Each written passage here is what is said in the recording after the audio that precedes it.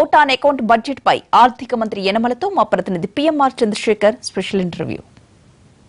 Account budget మీద అంతగా ఆసక్తి ఉండని క్రమంలో ఈసారి మాత్రం పూర్తి స్థాయి ఫోకస్ అంతా ఓట్ ఆన్ అకౌంట్ బడ్జెట్ మీదే ఉండే పరిస్థితి కనిపిస్తుంది. ఎందుకంటే ఒకవైపు ప్రజలు భారీ ఎత్తున సంక్షేమ పథకాలు ఇప్పటికే తెలుగుదేశం ప్రభుత్వం ప్రకటించిన నేపథ్యంలో రేపు ఓట్ ఆన్ అకౌంట్ బడ్జెట్లో ఈ అంశాలు ఏ విధంగా ప్రస్తావిస్తారో, ఏ విధంగా ప్రతిఫలించబోతున్నాయన్న అంశం ఒకటైతే, మరొకవైపు ఎన్నికలు కూడా సమీపిస్తున్న తరుణంలో రాజకీయ పక్షాలు కూడా ఈ ఓట్ ఆన్ అకౌంట్ బడ్జెట్ మీద ఆసక్తిగా ఎదురు చూస్తున్న పరిస్థితి కనిపిస్తుంది. సో ఈ నేపథ్యంలో మరికొన్ని గంటల్లో ప్రవేశపెట్టబోయే ఓట్ ఆన్ అకౌంట్ బడ్జెట్లో ఏ అంశాలు ప్రస్తావిస్తారు, అలాగే ప్రాధాన్యత అంశాలుగా ఏమేమి తీసుకుంటారనే అంశం మీద మనతో మాట్లాడేందుకు యనమల రామకృష్ణుడు ఆర్థిక మంత్రి మనతో ఉన్నారు. ఆయన అడిగి తెలుసుకుంది. సార్ చెప్పండి, ఏ అంశాలని మీరు రేపు ఓట్ ఆన్ అకౌంట్ బడ్జెట్లో ప్రాధాన్యత అంశాలుగా తీసుకోబోతున్నారు? ప్రధానంగా వెల్ఫేర్ అనేటువంటిది చాలా ప్రధానమైనటువంటి అంశంగా ఎంచేతంటే ఇప్పుడు ఈ 4.5 సంవత్సరాలు కూడా వెల్ఫేర్కి టాప్ ప్రయారిటీ ఇచ్చి ఎక్కువ నిధులు కేటాయించడం జరిగింది. అవి స్కీమ్స్ అన్నీ కూడా బ్రహ్మాండంగా ఫంక్షన్ చేస్తున్నాయి. వాటికి తోడు ఇప్పుడు చంద్రన్న కానుక అడిషనల్గా అమౌంట్స్ కూడా ఇచ్చాం. అంచేత వెల్ఫేర్కి టాప్ ప్రయారిటీ ఇస్తాం, ఓట్ ఆన్ అకౌంట్లోనే కాకుండా భవిష్యత్తులో కూడా. రెండోది వచ్చేటప్పటికి మీకు అగ్రికల్చరు ప్రయారిటీ కావాలనుకున్నప్పుడు ఇరిగేషన్ కూడా మనకు కావాల్సినటువంటి నదుల యొక్క అనుసంధానం చేసి కావాల్సినటువంటి ప్రాజెక్టులు, అదేవిధంగా కావాల్సినటువంటి కెనాల్ డెవలప్మెంట్ చేయాలి అవకాశం ఉంది. అంచేత ఇరిగేషన్కి ఇప్పటికే దాదాపు 50,000 కోట్ల పైన ఖర్చు పెట్టాం. అలాగే సంక్షేమానికి పెద్దపీట వేస్తూ ఉంటున్నారు. ఇప్పటికే కొన్ని ప్రకటనలు చేయడమే కాకుండా ఇంప్లిమెంటేషన్ దిశగా కూడా అమల్లోకి వచ్చింది. సో కొన్ని గత 3 రోజుల నుంచి కూడా దీనికి సంబంధించిన డ్వాక్రా మహిళలకు ఆర్థిక సాయం కావచ్చు, పెన్షన్లు కావచ్చు పంపిణీ చేస్తున్నారు. అయితే పోస్ట్ డేటెడ్ చెక్స్ మీద రకరకాల విమర్శలు వస్తున్నాయి. సో దీనికి సంబంధించి బడ్జెట్లో ప్రవేశపెట్టబోయేదానికి ఎటువంటి ఇబ్బంది లేకుండానే బడ్జెట్ రూపకల్పన చేస్తున్నారా?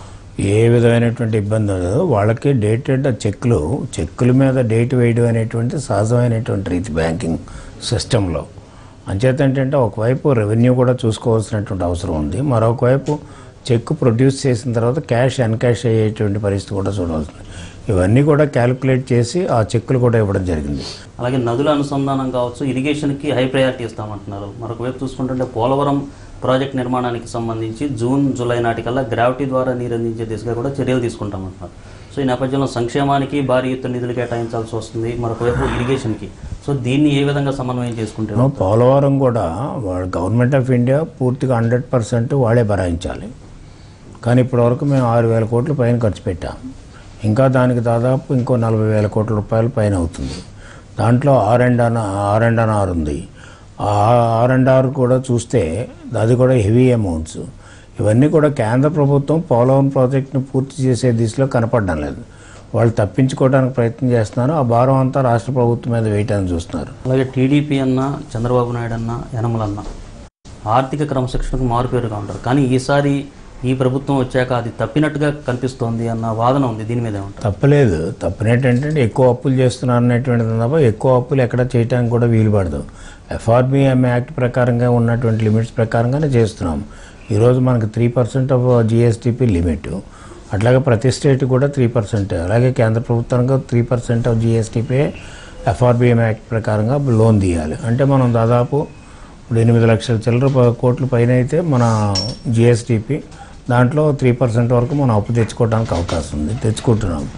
దాన్ని ఎక్సీడ్ అయ్యారు. అన్ని స్టేట్లు ఎక్సీడ్ అయ్యారు, మనం ఎక్సీడ్ అయ్యాం. అలాగే ప్రభుత్వ పరంగా వచ్చే ఆదాయం మేరకు కాకుండా వివిధ కార్పొరేషన్ల ద్వారా రుణాలను తీసుకోవటం, దానికి ప్రభుత్వం బ్యాంక్ గ్యారంటీ ఇవ్వటం. సో ఇదంతా ప్రభుత్వానికి ఆర్థిక పరంగా చూసుకుంటే గుదిబండగా మారే ప్రమాదం లేకపోలేదా? అంటే గ్యారంటీస్ ఇవ్వడానికి మనకు స్కోప్ ఉంది. 2 ఆస్పెక్ట్స్. ఒకటి, బారోయింగ్ చేసుకోవడానికి FRBM లిమిట్స్ ఉన్నాయి కాబట్టి మనం చేయడానికి లేదు. గ్యారంటీస్ 90% ఆఫ్ అవర్ ట్యాక్స్ రెవెన్యూలో గ్యారంటీస్ ఇవ్వడానికి అవకాశం ఉంది. అంచేత ఆ లిమిట్ చూసుకుంటే అది లిమిట్ క్రాస్ అవ్వకుండానే గ్యారంటీస్ ఇస్తున్నాం. ఏవి కార్పొరేషన్స్, కార్పొరేషన్స్ బారో చేస్తున్నాయి. అలాగే కేంద్రానికి సంబంధించి కేంద్రం నుంచి రావాల్సిన నిధులు కావచ్చు, విభజన హామీల విషయంలో రావాల్సిన పెండింగ్లో ఉన్న నిధులు కావచ్చు. సో దానికి సంబంధించి మీరు ఎంత ఎక్స్పెక్ట్ చేస్తున్నారు?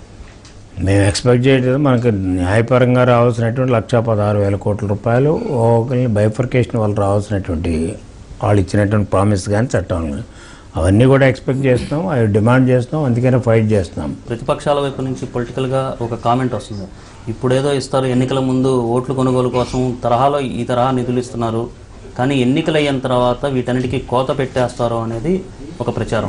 ప్రజలకు ఇచ్చే సహకారాన్ని కూడా ఓట్లు కొనుగోలు కింద చిత్రీకరించేటువంటి వాళ్ళు రాజకీయ పార్టీలుగా ఉండటానికి అర్హత ఉండదు. ఇది ప్రజలు వాళ్ళు అడిగేటువంటిది, వాళ్ళు ఎక్స్పెక్ట్ చేస్తున్నారు కాబట్టి మా మేనిఫెస్టోలో ఉండేటువంటి ఒకసారి పాలసీ చూస్తే రెవెన్యూస్ వెల్త్ పెరగాలి రాష్ట్రానికి, ఆ పెరిగినటువంటి వెల్త్ని ప్రజలకు పంచాలనేటువంటి. ఈరోజు వెల్త్ పెంచడానికి అన్ని విధాల ప్రయత్నాలు చేస్తున్నాము. భవిష్యత్తు కొద్దిగా కష్టంలో ఉన్నప్పుడు కూడా ఈ రోజున ఆదాయాన్ని పెంచి ఆదాయాన్ని ప్రజలకు పంచిపెట్టడంలో తప్పేం లేదు. అంచేత వాళ్ళు చెప్పేటువంటి రాజకీయ విమర్శలే తప్ప ప్రజలకి అవమానపరిచే విధంగా వాళ్ళు విమర్శలు చేస్తున్నారు. అంచేత ప్రజలు కోరుకున్న దాన్ని ప్రభుత్వం చేస్తుంది. అంచేత ప్రజలకు పంచకుండా ఉండమంటారా? అంచేత ప్రజలకు పంచకూడదనేటువంటి ఆలోచన చేసి ఎలక్షన్లో వాళ్ళకి ఏ విధమైనటువంటి తెలుగుదేశం ప్రభుత్వం మళ్ళీ అధికారంలోకి వస్తుందేమో పార్టీ అనేటువంటి భయంతో చేసేటువంటి విమర్శలు తప్ప మరొకటి కాదు. Thank you sir. సో ఇది యనమల రామకృష్ణుడు గారి అంతరంగం. ఓవరాల్గా చూసుకుంటుంటే ఆర్థికపరమైన ఇబ్బందులు పెద్ద ఎత్తున ఉన్నప్పటికీ అన్ని వర్గాలను సంతృప్తిపరిచే స్థాయిలోనే అన్ని రంగాలకు పూర్తి స్థాయిలో కేటాయింపులు చేస్తేనే ఓటాన్ అకౌంట్ బడ్జెట్ ఉండబోతోందన్న భావన యనమల వ్యక్తం చేస్తున్నారు. కెమెరామ్యాన్ లక్ష్మణ్ రెడ్డితో చంద్రశేఖర్, NTV, అమరావతి.